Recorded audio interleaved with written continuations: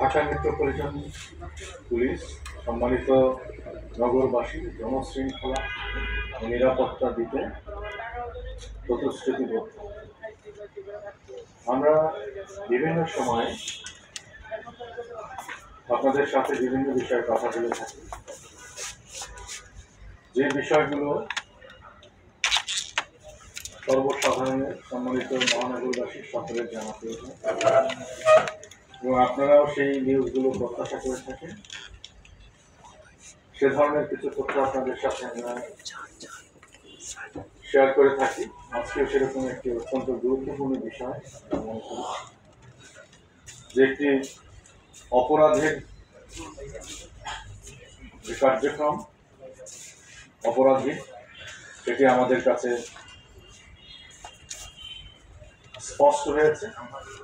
আপনাদেরকে সেই বিষয়ে আমরা অবগত করার চেষ্টা করব। মানব দেহ অত্যন্ত নয়, আমি বলবো সবচেয়ে গুরুত্বপূর্ণ জায়গা প্রতিটি মানুষেরই, যে আমরা বেঁচে থাকি এই মানব দেহের মাধ্যমে। গতকাল 11ই মে একটি মামলা রুজু হয়েছে ধানমন্ডি থানাতে। মামলা নম্বর 8 তারিখ 11/5/2024, ধারা 326, 307, 720, 34 পেনাল কোড তৎসহ মানবদেহের অঙ্গ প্রত্যঙ্গ সংযোজন আইন 1999 এর ধারা 10-1 এবং 10-2, যে মামলাটির কমপ্লেনেন্ট রবিন খান যে অভিযোগ করেছেন, সেই অভিযোগ এবং তথ্যের ভিত্তিতে গতকালই ইবনে সিনা হাসপাতালের সামনে থেকে অভিযোগের ভিত্তিতে দুজন আসামিকে গ্রেফতার করা হয়।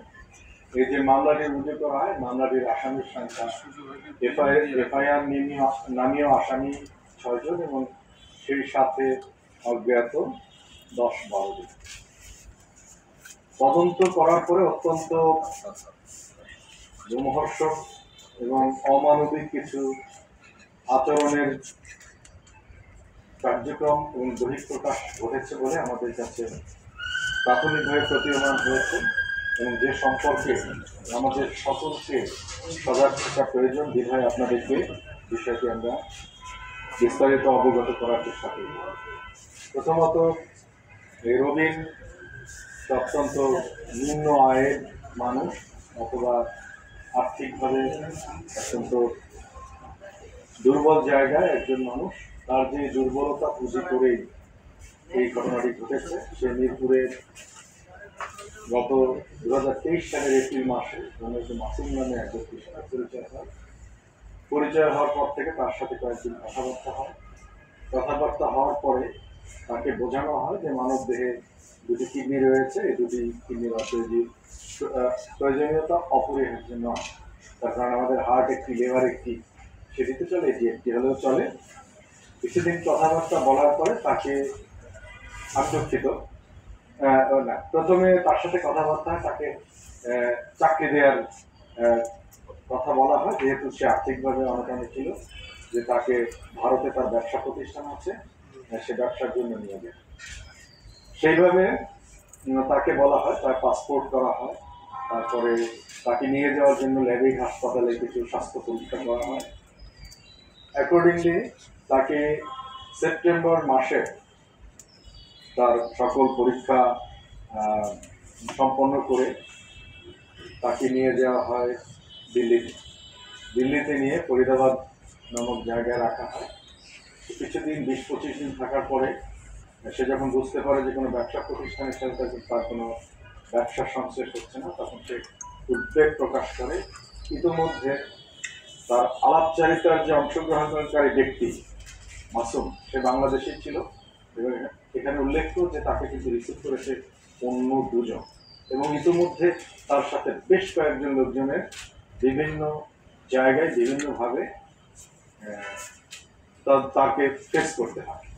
মাসুম গিয়ে তাকে প্রথম বলে যে এটি, আমি একটু আগে যেটি বলছিলাম, যে আমাদের হার্ট একটি, লিভার একটি, দুটি, কিডনিরও আমাদের অপরিহার্যতা নেই, সেভাবে বলে তাকে একটি কিডনি বিক্রি করার জন্য সে প্রলুব্ধ করে এবং সেই সাথে সাথে চাপও সৃষ্টি করে। তো পরবর্তীতে যেভাবেই হোক সে রাজি হয়।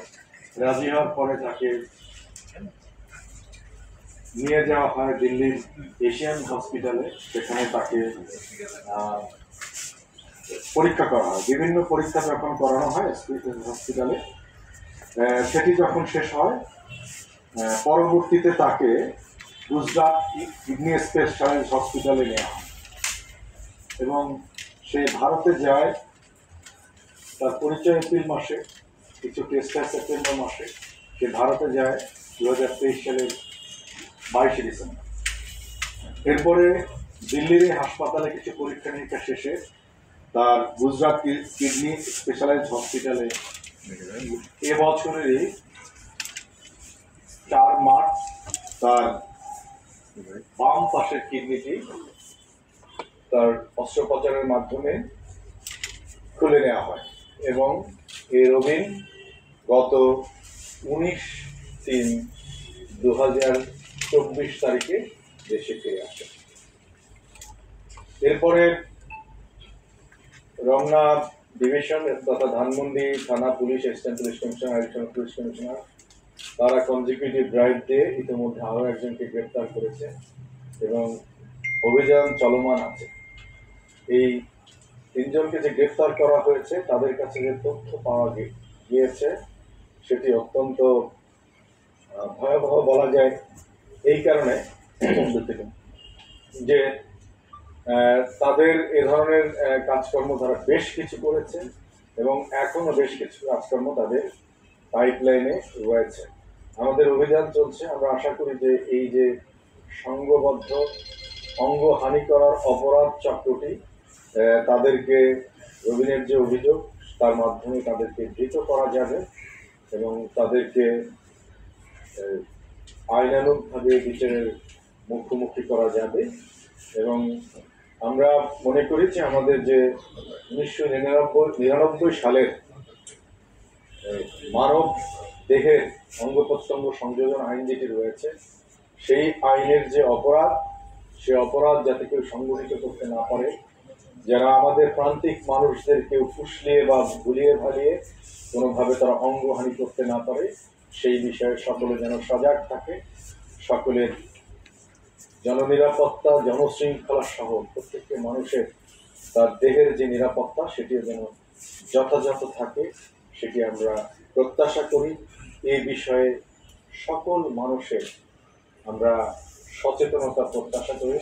আপনাদের মাধ্যমে আমরা চাই যে প্রতিটি মানুষ দেশের প্রচলিত আইনের মধ্যে থাকে এবং তাদের স্বাস্থ্য এবং দেহের সুরক্ষা থাকে। সবাইকে ধন্যবাদ।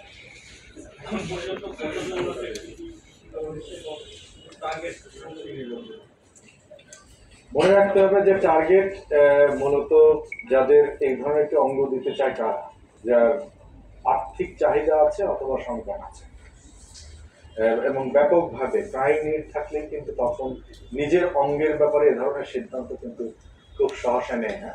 এক্ষেত্রেও কিন্তু আমাদের রবিন খানের যে ঘটনাটি ঘটেছে, যে তাকেও কিন্তু খুব সামান্য পরিমাণ অর্থ দেওয়া হয়েছে। আমরা জানি যে এই ধরনের একটি কিডনি যদি কেউ বিক্রি করে থাকে তার সেটি উচ্চ চড়া মূল্যে, কারণ আপনাদের কারো যদি সংযোজন করতে হয় আমরা জানি যে সেটি কিন্তু এমনকি অর্ধ কোটি টাকা, কোনো কোনো ক্ষেত্রে কোটি টাকাও প্রয়োজন হতে পারে। এবং এটি কিন্তু এই যে চক্রটি কাজ করছে, তারা গুজরাটে কাজ করছে, কলকাতায় কাজ করছে, বিভিন্ন জায়গায় কাজ করছে, বিভিন্ন তথ্য আমাদের কাছে আছে, সেগুলোর উপর আমরা কাজ করছি। আমাদের মূল উদ্দেশ্য হলো যে এটি যাতে পুনরাবৃত্তি এ ধরনের ঘটনা না ঘটে, আইনি কাঠামোর বাইরে গিয়ে, সেটির ব্যাপারে সকলের সাথে। মাননীয় অতিরিক্ত কমিশনার, আমি একটা বিষয় জানতে চাচ্ছিলাম। এ পর্যন্ত আমাদের জিজ্ঞাসাবাদ চলছে, আমরা তো আসলে খুব বেশি সময় পাইনি। তবে একজন আমার কাছে যেটি বলেছে, আমাদের কাছে যেটি বলেছে, সে প্রায় 10 জনের উপরে করেছে, 10+, এবং তাদের প্রসেসিংয়েও এখনো 5-6 জন আছে বলে জানি।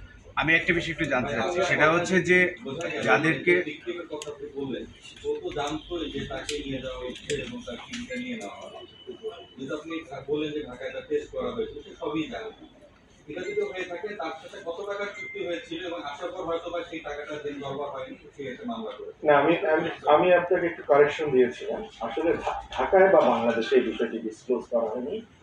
এখানে তাকে যে আমাদের অ্যাপোলো, দুঃখিত, ল্যাবে যে টেস্ট করানো হয়েছিল সেটা বলা হয়েছিল যে সে ইন্ডিয়াতে যাবে পাসপোর্ট করতে, তার ফিজিক্যাল ফিটনেসের জন্য কিছু টেস্ট করে নেয়। অর্থাৎ ভারতে সে ফরিদাবাদে 15-20 দিন থাকা পর্যন্ত সে জানতো যে মাসুম তার ব্যবসা প্রতিষ্ঠান আছে, সেই প্রতিষ্ঠানের এমপ্লয় হিসেবে তাকে নিয়োগ করবে এবং তাকে 50,000 টাকা, বাংলাদেশি টাকায় 50,000 টাকা তাকে বেতন দিবে। কাজে সে পর্যন্ত সে জানতো না। এবং ওখানে যাওয়ার পরে দুজন তাদেরকে, যে এই যে 6 জন আসামি করা হয়েছে, দুজন কিন্তু তাকে রিসিভ করে এবং রিসিভ করার সাথে সাথেই তার পাসপোর্টটি তারা হাতে নিয়ে নেয়, সো দ্যাট সে যাতে আর নড়াচড়া করতে না পারে। তো সেই কাজটি করেছে, কিন্তু তাকে কিন্তু প্রতারণা করা হয়েছে এবং তার সাথে তাকে বলা হয় যে এক ধরনের এই মানে পরিকল্পিত একটা পরিকল্পনার অংশ হিসেবে তাকে, কিন্তু পরবর্তীতে তাকে মোটিভেট করা হয়েছে এভাবে যে তোমার ফিরে যাওয়ার কোনো পথ নেই, তারপরে তুমি যদি যেতে চাও এই, আর তুমি আটকা পড়ে গেছো, এখন যদি তোমার একটা পথ আছে যে একটি হার্ট, একটি লিভার দিয়ে মানুষ চলে, একটি কিডনি দিয়ে মানুষ খুবই স্বাচ্ছন্দ্যে চলে, এবং তার মধ্যে তারা একজন কিডনি দেয়া লোক, ইয়াং ম্যান, তাদের টিমের মধ্যেও আছে, তাদের টিমের একজন এইভাবে কিডনি দেয়া, তাকে দেখিয়েছে যে দেখো সে। পরবর্তীতে সে বাস্তবতার কারণে অথবা তার এই ধরনের কাউন্সিলিং এর কারণে কোনো একটা স্টেজে সে রাজি হয়। কারণ আসলে কিডনি যে নেওয়া হবে এটি পুরোটা বুঝতে বুঝতে কিন্তু তাকে, সে গুজরাটে গিয়েই সে বুঝতে পারছে, যখন তার আর কোনো ফেরার পথ ছিল না। এই গুজরাট বা কলকাতাতে এই সব যাচ্ছে, ওরা কত টাকা ইকুইটি বিক্রি করে এবং এই বাংলাদেশে যে 10 জনকে তারা নিয়ে গেছে কত টাকা দিচ্ছে পার পার্সন? আচ্ছা, এটির ব্যাপারে আমরা কথা বলেছি। এটির ব্যাপারে ওরা বলছে যে এটি ফিক্সড প্রাইস নেই, এটি আলাদা। তার কারণ যেখানে নিবে, যে ক্লায়েন্ট, যার প্রয়োজন, যাদের জন্য নিবে, তাদের আর্থিক অবস্থা বা তাদের এগারনেস, তারপর অনেক কন্ডিশনের উপরে এটির প্রাইসটা নির্ভর করে। এবং প্রাইস নির্ভর করে মূলত যে যার কিডনি নেওয়া হয় তাকেও সবাইকে সমানভাবে দেয় না। যাকে ভিক্টিমের ক্ষেত্রে না, সে তাকে, আমার কথা হলো যে যেটা বলেছে যে কোনো জায়গায় আমরা 25 লাখ পাই, কোনো জায়গায় 40 লক্ষ পাই, খুব স্ট্রেট কোনো জায়গা নেই। সবচেয়ে বড় ব্যাপার হচ্ছে ডোনার, তাকে খুব ঠকানো হয় এবং তার পরিমাণটা খুবই সামান্য। এই যে আমি বললাম এখানে 3 লক্ষ টাকা দেওয়া হয়েছিল, বোধ হয় 6 লক্ষ টাকার কথা বলছিল দিবে, কিন্তু আলটিমেটলি তাকে দেওয়া হয়েছে সর্বসাকুল্য 4,30,000। যাই হোক, ভেঙে ভেঙে দিয়েছে। সেই কারণে তাদের, আমি মনে করি যে পরবর্তীতে অনেকেই উপলব্ধি করে যে এটি তার ইচ্ছার বিরুদ্ধে সংগঠিত হয়েছে।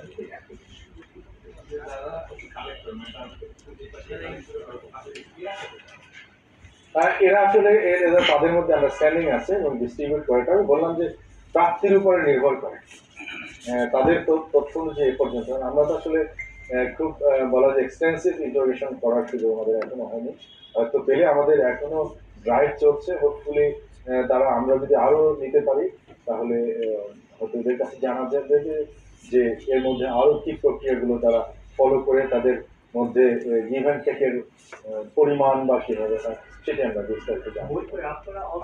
জিয়া ভাই, আপনি একা সব প্রশ্নগুলো থামেন ভাই, তারা 10 জনের নাম আপনারা পেয়েছেন আর 5 জন আমি বলছি।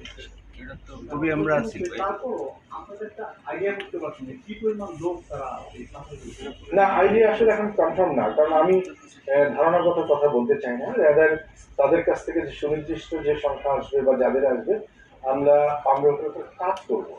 কাজ না করা পর্যন্ত আসলে আমি বলি, প্লিজ আপনি বলতে চাইছিলেন। জি, মাননীয় অতিরিক্ত কমিশনার, আপনাকে ধন্যবাদ। আমি একটা ছোট্ট বিষয় জানতে চাচ্ছি, দুইটা বিষয় একই ধরনের প্রশ্ন। সেটা হচ্ছে যে যারা গ্রহীতা কিডনি, তাদের আসলে তাদের নাগরিক, তারা কোন দেশের নাগরিক? তারা কি ইন্ডিয়ান নাগরিক? আরেকটা বিষয় হচ্ছে যে তাদের সাথে যে কিডনি যাদের প্রয়োজন, তারা আসলে এই দেশে যোগাযোগ করে কি ডক্টরের সঙ্গে যোগাযোগ করে, আরেকটা বিষয় হচ্ছে যে আমাদের দেশের কেউ কিডনি এরকমের, অর্থাৎ আমাদের দেশের গ্রহিত ওই দেশে গিয়ে নিয়েছে কিনা এরকম কেউ পেয়েছেন কিনা? আর প্রথম উত্তর হলো যে যারা গ্রহীতা তারা আমাদের দেশে, কারণ এটি একটি নিয়ম আছে বা ভারতীয় নিয়ম আছে যে ওই দেশেও যদি কেউ কাউকে ডোনেট করতে চায় তাহলে তারা তাদের হতে হবে। এটির মধ্যে যেটি হলো যে আইনের যে বাধ্যবাধকতাগুলো রয়েছে সেই জায়গাগুলো যথাযথ অনুসরণ করা হয় না, এটা আমার প্রাথমিকভাবে মনে হয়েছে। কিন্তু যারা ওখানকার অ্যাকসেপ্টার যারা, তারা আমাদের দেশে। আচ্ছা। মহিত ভাই, একটা বিষয়ে আমরা এর আগে বঙ্গবন্ধু পিজির প্রফেসর, কিডনি ডিপার্টমেন্টের হেড সহ আরো প্রফেসরদেরকে দেখছি এক চলচ্চিত্র পরিচালকের মায়ের কিডনি অপারেশনের নামে কিডনি বিক্রি করে দেওয়া হয়েছিল, এবং এটা আমরা বাংলাদেশের অনেক হাসপাতালে এরকম অভিযোগগুলো স্বয়ং ডাক্তারদেরকেও আমরা পাই। আর আমি মূলত প্রশ্নটা হলো যে এই যে গ্যাংটা, যে অর্গানাইজ গ্যাংটা যেটা বাংলাদেশ থেকে ইন্ডিয়ার মাধ্যমে এই প্রসিডিওর হচ্ছে, এখানে কি কোনো ওভারসিজ কান্ট্রির ইন্টারন্যাশনাল র্যাকেটও আছে কিনা এদের সাথে involved? এটি আমরা এখনো কনফার্ম না, যেহেতু ওই এন্ডে আমাদের কোনো ইনভেস্টিগেশন হয়নি। তবে প্রাথমিকভাবে আমি বলি যে এগুলোর বোধহয় সোশ্যাল মিডিয়ায় ওদের প্ল্যাটফর্মে কোনো একটা জায়গায় তাদের কমিউনিকেশন হয়, এটি প্রাথমিকভাবে আমার মনে হচ্ছে, যদিও আমি এখনো সুনিশ্চিত নই। এটি আমাদের দেখতে হবে।